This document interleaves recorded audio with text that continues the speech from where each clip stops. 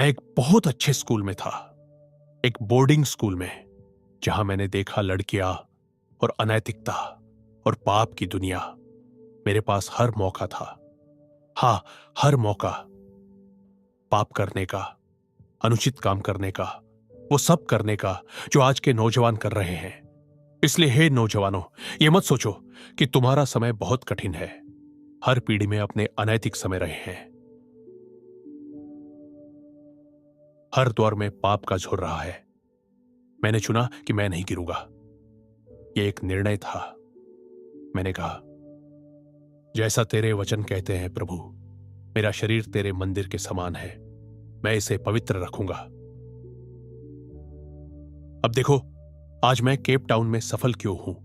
क्योंकि मैंने पवित्रता और आत्म संयम को अपनाया है। और अब देखो, चर्च बढ़ रहा है, लोग आ रहे हैं, आत्माएं बदल रही है। कभी किसी ने नहीं कहा पास्टर ने अनुचित व्यवहार किया। क्यों? क्योंकि एक आदमी प्रभु की सेवा कर रहा है, पवित्रता में, सच्चाई में, ईमानदारी में। लेकिन सुनो, जो तुम्हारे पास नहीं है तुम दे नहीं सकते। हां, जो तुम्हारे अंदर नहीं है तुम बांट नहीं सकते। हमने यहां कई युवा लड़कियों को बढ़ते देखा है। किसी ने नहीं कहा। पास्टर जॉन ने सीमा लांघी, क्योंकि आदमी मेहनती है, परमेश्वर की सेवा में है और पवित्रता को उसने अपनी आदत बना लिया है। इसलिए अब परमेश्वर कहता है, मैं इस आदमी पर भरोसा कर सकता हूं, मैं उसे बड़ी जिम्मेदारी दे सकता हूं, क्योंकि मैं उसके नाम को लज्जित नहीं करूंगा। क्या तुम सुन रहे हो?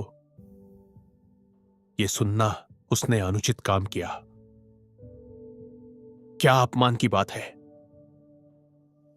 What a disgrace.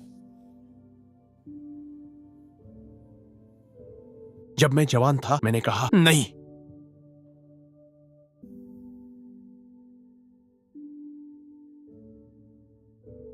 तुम मुझे पाप से नहीं पकड़ सकते। मैं मर चुका हूं उस चीज के लिए। मुझे घृणा है अनैतिकता से। जानते हो, विवाह से परे का पाप, ओ मेरे प्रभु, वो मेरे लिए कोई आकर्षण नहीं है। अगर कोई कोशिश भी करे, मैं कुछ महसूस नहीं करूंगा। मैं सच कहता हूं, कुछ नहीं, मुझे कुछ भी महसूस नहीं होगा।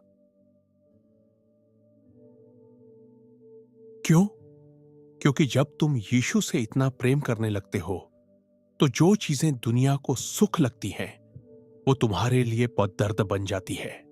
दुनिया के सुख तुम्हें अब आकर्षित नहीं करते, क्योंकि तुम्हारा मन, तुम्हारी आत्मा, तुम्हारी भावनाएं सब यीशु ने जीत ली है। यीशु ने तुम्हारी इच्छाओं को, तुम्हारी भावनाओं को, तुम्हारी आत्मा को पकड़ लिया है। और अब यह दुनिया तुम्हें लुभा नहीं सकती। मैं तुम्हें दोष नहीं दे रहा, मैं तुम्हें प्रेरित कर रहा हूं कि आज से, इसी क्षण से एक निर्णय लो अपने मन में। मैं कुछ भी नहीं करूंगा जो मेरे जीवन को कलंकित करे। मैं कुछ भी नहीं करूंगा जो मेरे मन शरीर को गंदा करे। मैंने अपने स्कूल में अपने साथियों को देखा। हां, मैंने देखा कि वो अनुचित कार्य कर रहे थे। मैंने देखा अपनी आंखों से। मुझे आज भी याद है, बहुत साल पहले की बात है। एक लड़की थी, पास्टर की बेटी। मुझे पता ही नहीं था कि वो पास्टर की बेटी है, क्योंकि जैसा बाइबल कहती है, पवित्र के लिए सब कुछ पवित्र होता है। सुनो, अगर तुम यहां बैठे हो और मुझे किसी गलत नजर से देख रहे हो, मैं तुम्हें जान भी नहीं पाऊंगा, क्योंकि मुझे पता ही नहीं चलता। मैं देखता ही नहीं, मैं नोटिस ही नहीं करता। अगर कोई मुझे इस नजर से देखता है कि वो मुझे नोटिस करे, मैं सच कहता हूं, मुझे पता ही नहीं चलेगा, क्योंकि मैं तुम्हें उस नजर से देखता ही नहीं। मेरा मन, मेरा ध्यान प्रभु में डूबा है। तो हुआ क्या? मुझे क्या पता था कि वो लड़की मेरे प्रति आकर्षित थी? मुझे कुछ भी नहीं मालूम था, बिल्कुल नहीं। फिर एक रात की बात है, मैं खाना गर्म करने गया। फिर एक रात की बात है, मैं खाना गर्म करने गया। उन दिनों फ्रीज नहीं हुआ करते थे। हम रात को खाना गर्म करते थे ताकि सुबह फिर इस्तेमाल कर सकें। तो मैं गया, बर्तन चढ़ाया, सूप गर्म कर रहा था। अचानक पीछे से किसी ने मुझे पकड़ा। मैं मुड़ा और देखा, ओह, पास्टर की बेटी। मैं बोला, उसने मुझे पीछे से पकड़ लिया था। साल था शायद 1996 या 1997। बहुत साल पहले की बात है। सुनो जवानों, उसी पल मुझे समझ आ गया, अगर मैं एक कदम भी गलत उठा लूं तो मेरा भविष्य खत्म हो जाएगा। युवाओं, अगर तुम सच में सफल होना चाहते हो, कभी किसी को अपनी पवित्रता से खेलने मत दो, कभी किसी को अपनी आत्मा को गंदा करने मत दो। यूसुफ की तरह बनो। हां, वही यूसुफ जिसने अपने मालिक की पत्नी से कहा, नहीं, वो दास था और वो औरत एक रानी थी, सुंदर थी, राजघराने की थी। लेकिन यूसुफ ने अपनी आत्मा को बचा लिया। क्या आज तुम्हारे अंदर वो आत्म संयम है? क्या तुम में वो साहस है ना कहने का? आज कितने नौजवान हैं जो अपने मालिक के घर में काम करते हैं, लेकिन जब मालिक बाहर जाता है तो वो गलत काम करते हैं। तुमने अपना भाग्य बेच दिया है, तुमने अपनी मंजिल बर्बाद कर दी है। मैं तुमसे कहता हूं, ऐसे लोग कभी सफल नहीं होंगे, कभी नहीं। मैं गवाही देता हूं, अगर तुमने अपनी पवित्र चाल खो दी तो तुम्हारा भविष्य चला गया। जो अपने जीवन को अपवित्र करता है वो अपने ही भाग्य को मिटा देता है। सुनो, याकूब ने अपने बेटे से कहा, तू मेरा पहलौठा बेटा है, ये बाइबल में लिखा है, लेकिन तूने मेरी पत्नी के साथ सोया, इसलिए तू सफल नहीं होगा। उसने दूसरे बेटे को आशीष दी, तीसरे को भी आशीष दी, पर पहले से कहा, तूने मेरे बिस्तर को अपवित्र किया, तूने मेरी पत्नी की नग्नता देखी, इसलिए तू उन्नति नहीं करेगा। जागो, तुम्हें क्षमा मिल सकती है, हां, उधार तुम्हें मिल सकता है, पर परिणाम हमेशा रहेंगे।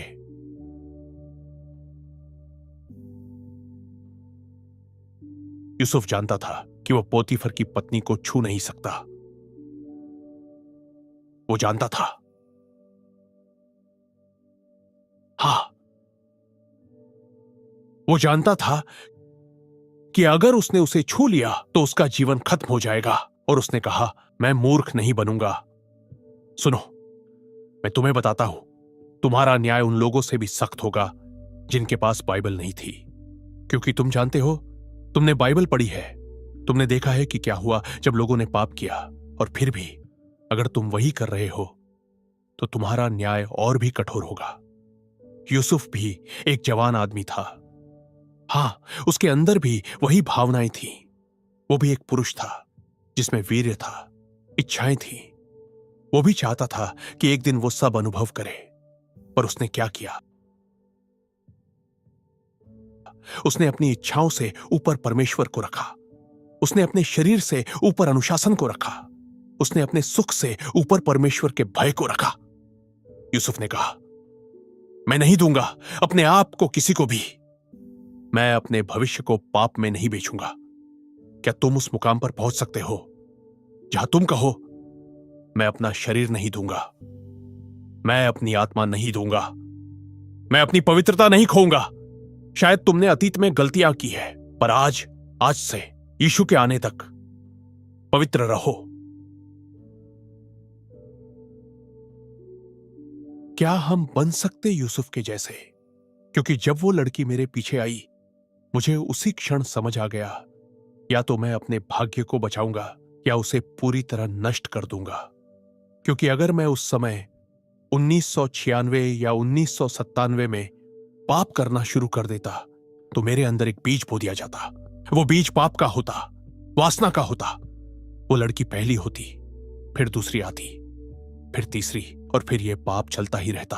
मैं किसी और को गर्भवती कर देता, और फिर मैं अपनी पत्नी से कभी नहीं मिलता। हां,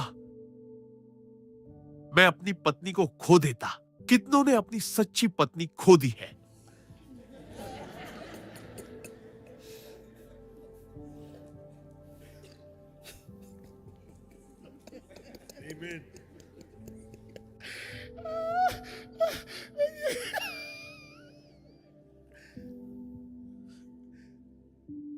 सिर्फ इसलिए क्योंकि उन्होंने गलत औरतों के पीछे भागना शुरू किया।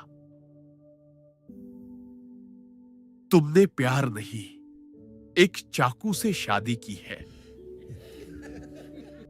हाँ, एक दानव से शादी की है। Yes, that's the truth. That's the truth. मैंने इंतजार किया जब तक कि परमेश्वर ने मेरी पत्नी को मेरे सामने नहीं लाया। हालेलुया। अगर मैं पहले ही अपनी इच्छाओं को बिगाड़ देता तो मैं हर औरत से आई लव यू कहता फिरता। लेकिन सुनो, वो लव नहीं होता, वो कंफ्यूजन होता है। तुम जिसे प्यार कहते हो वो अक्सर सिर्फ इच्छा होती है, और जब तुम्हारा मन उसमें नहीं होता तो तुम लस्ट में नहीं, लॉस्ट में होते हो। सुनो, लस्ट और लॉस्ट लगभग एक जैसे लगते हैं। पहले LOST, फिर LUST, क्योंकि जब तुम खो जाते हो तभी तुम वासना में पड़ते हो, और जब तुम खो जाते हो तुम कभी सच्चा प्यार नहीं पा सकते। परमेश्वर का वचन ही तुम्हें सच्चे प्रेम तक पहुंचाता है, और सच्चा प्रेम अनुभूति नहीं, निर्णय है। प्रेम सीखा जाता है, विकसित होता है। प्रेम परमेश्वर में है, वासना में नहीं। प्रेम कोई भावना नहीं है, प्रेम कोई एहसास नहीं है, प्रेम आकर्षण नहीं है, प्रेम वासना नहीं है। परमेश्वर ही प्रेम है। हालेलुया। अगर वो औरत या वो आदमी परमेश्वर को नहीं जानता या परमेश्वर से प्रेम नहीं करता तो उससे दूर हो जाओ। कोई फर्क नहीं पड़ता उसके 6 पैक एब्स हैं या बड़े बड़े मसल्स। इससे कोई फर्क नहीं पड़ता कि उसके शरीर पर कितनी मसल्स है। ये सब दिखावे की बातें हैं, नकली है। मैं तुम्हें सच बता रहा हूं, अगर वह व्यक्ति परमेश्वर से पर्याप्त प्रेम नहीं करता तो उससे दूर हो जाओ। हां, बस दूर हो जाओ, और इस बात में आत्मविश्वासी रहो कि तुम कौन हो। बस साझा करना चाहता हूं, वो लड़की मेरे पीछे आई थी। जब मैंने उसे देखा मैंने पहचाना, यह एक जेजेबेल है, यह एक डिलाइला है। जानते हो मैंने क्या देखा जब उसने मुझे पीछे से पकड़ा? एक सांप। धारणा, अगर मैंने उसे एक अवसर के रूप में देखा होता कि उसने खुद को मुझे सौंप दिया है ताकि मैं उसके साथ पाप कर सकूं और उस एक पल के सुख को पा सकूं, जैसे तुम में से कुछ कहते हो, वाह, यह आदमी मुझ पर मोहित है या यह औरत मुझ पर मोहित है, तो मैं इस मौके का फायदा उठा लूं। नहीं, जब मैंने उसे देखा शास्त्र मेरे भीतर जीवित हो उठे। मुझे अपनी बुलाहट पता थी, मुझे अपने भविष्य का ज्ञान था, मुझे परमेश्वर के वचन का ज्ञान था। मुझे पता था यह एक सांप है, यह एक जाल है, यह एक कब्र है, यह एक जेजेबेल है, यह एक दिलाइला है। Hey, lemi elidia. Se bele que vi in a budea. जानते हो मैंने क्या किया? मैं मुड़ा और मैंने उसे सिर्फ धक्का नहीं दिया, मैं भाग गया।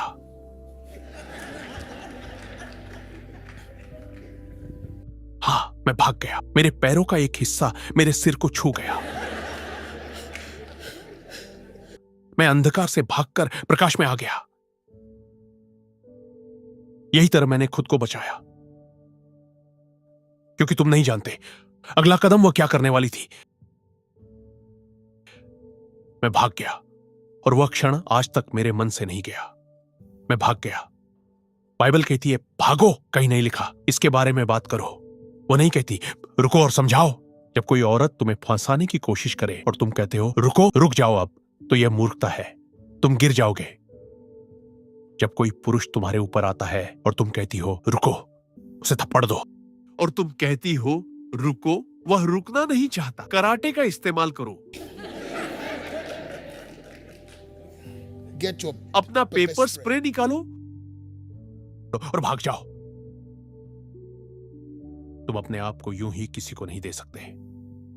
क्या कोई मुझे सुन रहा है? यह बहुत महंगा है। पाप क्या है? महंगा है। यह एक आत्मिक बंधन है। जितना तुम सोच सकते हो उससे भी गहरा।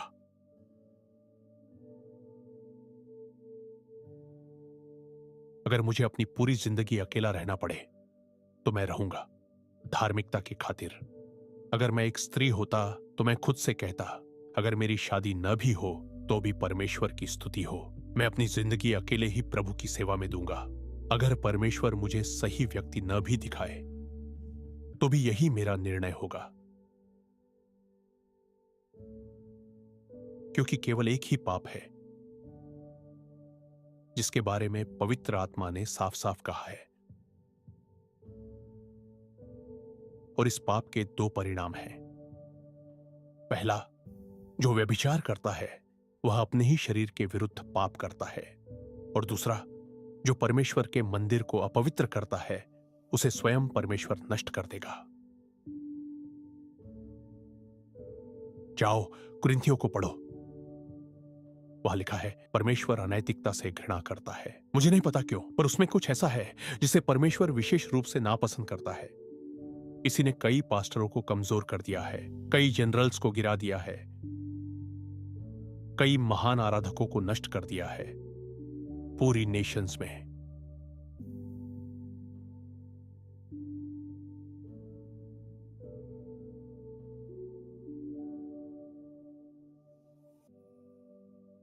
फिर पौलुस ने लिखा, यौन अनैतिकता से दूर रहो।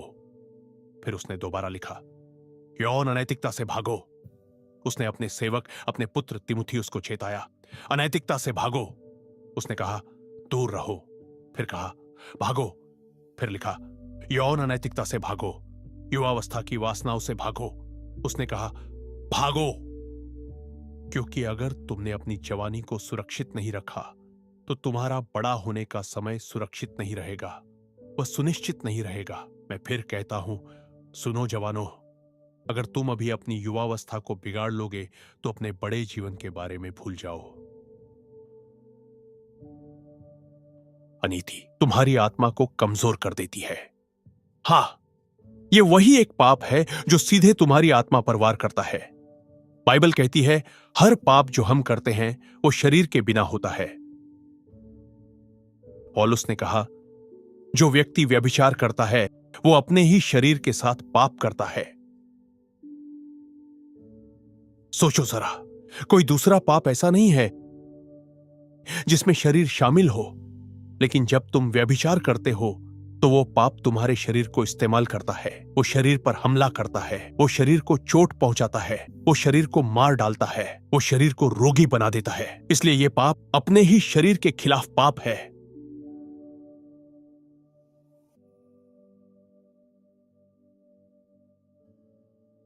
हे पिता, इन्हें सुनने दे मेरे हृदय की पुकार।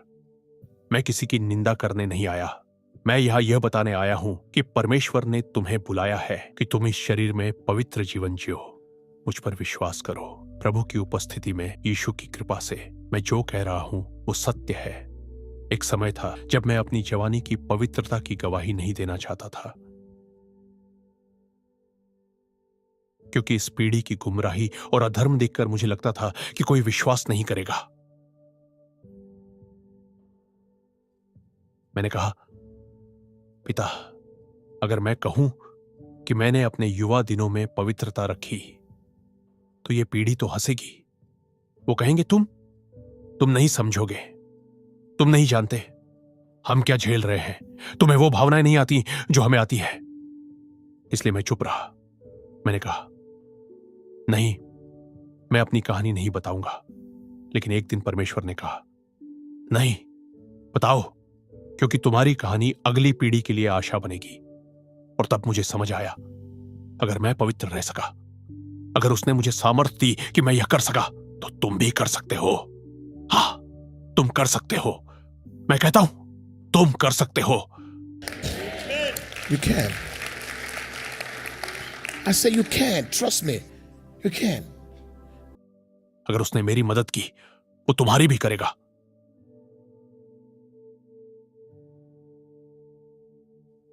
मैं एक जीवित उदाहरण हूं कि कोई व्यक्ति प्रभु के सामने पवित्र और धर्मी जीवन जी सकता है।